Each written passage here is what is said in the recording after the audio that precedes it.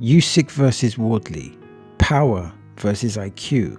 One is a southpaw mastermind who solves opponents like puzzles in real time. The other is a heavyweight finisher who turns half openings into catastrophe. Tonight's question isn't who's better, it's whose terms does this fight get fought on. If Usyk gets rhythms, angles and distance, he paints a beautiful boxing picture. However, if Wardley creates exchanges, he creates more opportunities to detonate his power punches. So we'll break it down, jabs, power and adjustments, and finish with the questions that are important to this potential fight.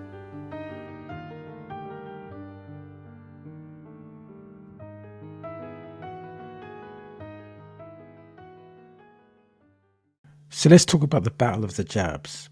Usyk, to my understanding, throws slightly more jabs per round. And he uses his jab in a better way, whether it's probing, feint to jab, jab to chest, and lead hand control to freeze entries. Wardley's jab, he has a good jab, is shorter, it's bursty, it's more of a range finder for the big shot. So I would say the edge in volume, variety and disruption is with Usyk. And even though statistically they may throw the same amount of jabs, remember that Usyk has thrown this same amount against elite opposition. So there is a difference between the opposition that Fabio has faced and the opposition that Usyk has faced, with the exception of Fabio's last fight. So it is logical to assume that Usyk has the edge when it comes to the jab.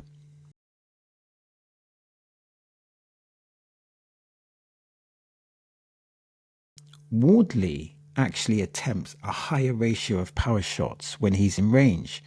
Right hand over the top, step left hook, and the shovel to the body. But Usyk's power punches land cleaner over time because he manufactures high percentage looks. He does pull counter lefts and body head switches once the guard reacts.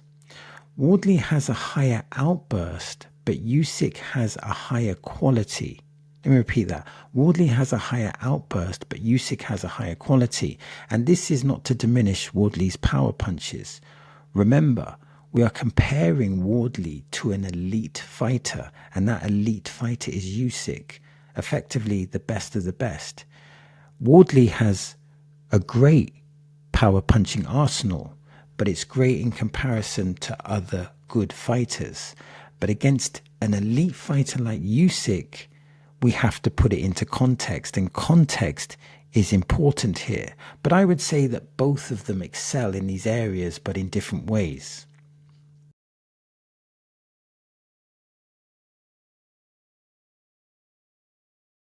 Usyk, he downloads habits early. He jabs for data, feints for data, shifts his feet, and he's downloading your habits.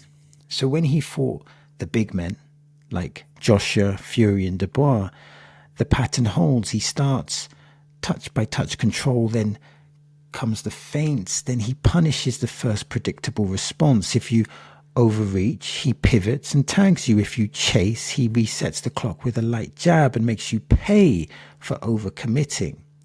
The point is this: Usyk's superpower is turning your plan into his rhythm. Usyk's superpower is turning your plan into his rhythm. Dubois tried to punch through the target, for example, but Usyk used this against him because punching through the target gave Usyk more leverage to land his punches. So it's important to realize that, up to date, Usyk has been able to solve every puzzle and he's been able to adapt accordingly. And this shows elite level of boxing intelligence.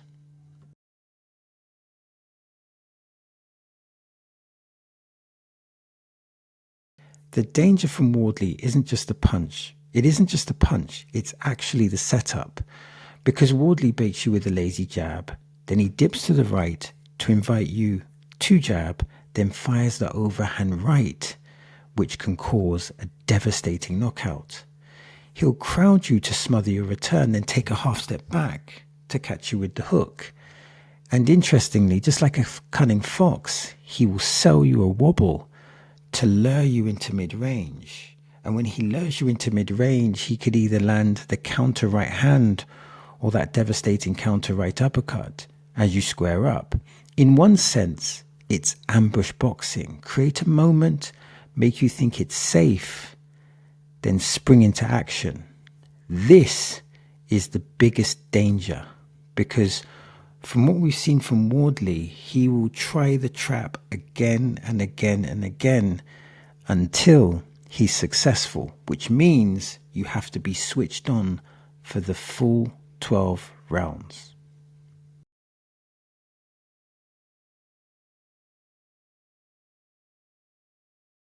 Usyk, unlike Parker, will be more aware of the danger. So Usyk will be more aware of the danger than Parker. Now remember, Parker has great boxing intelligence and Usyk has great boxing intelligence, but I feel that Parker may have underestimated Fabio's boxing intelligence, and this gave Fabio Wardley punching opportunities. Usyk will not, I believe, give Wardley these punching opportunities. He'll have to earn these punching opportunities. Usyk will counter the counterpuncher. A reference to this is the Daniel Dubois rematch. I feel that Usyk will take greater measures to nullify Wardley, because he will take the challenge, or he will respect the power more. It is very unlikely that Wardley can win a points decision, but it will be very hard, extremely hard, to get Usyk to give you clear knockout opportunities, which means that he needs to be consistently setting traps and implementing those traps effectively to increase the likelihood of getting into punching range and landing those devastating power punches. He was able to do it against Joseph Parker because Parker was very aggressive. There's a likelihood that Usyk may use more foot movement, use more feints, and will make it harder for him to be able to implement this.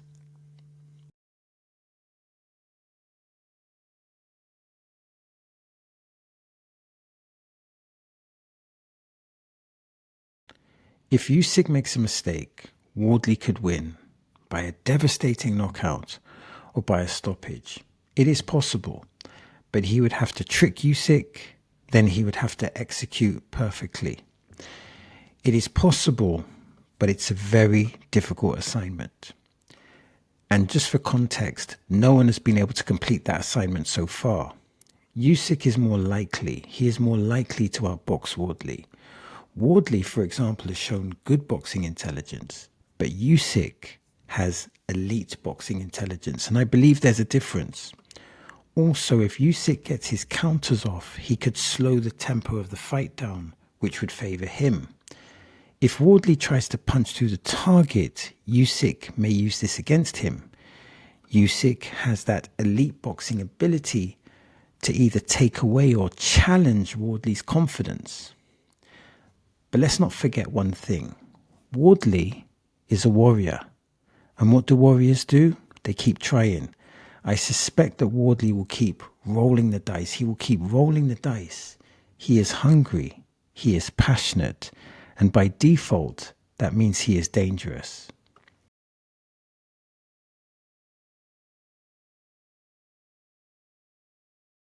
There are so many questions to this fight. There are so many questions. So let's explore some of those questions. I wonder what role Ben Davidson, the trainer of Wardley, will play in this fight. Has he seen something that Wardley can execute? And if he has seen something, can Wardley execute it?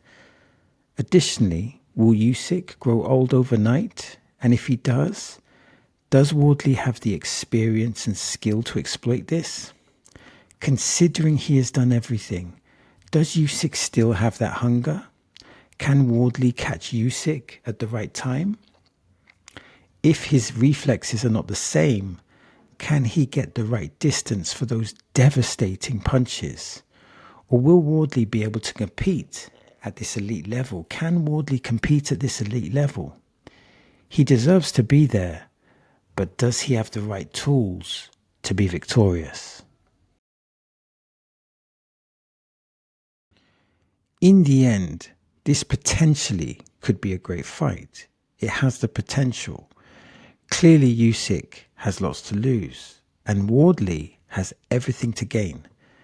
And from a logical standpoint, Usyk would outbox Wardley.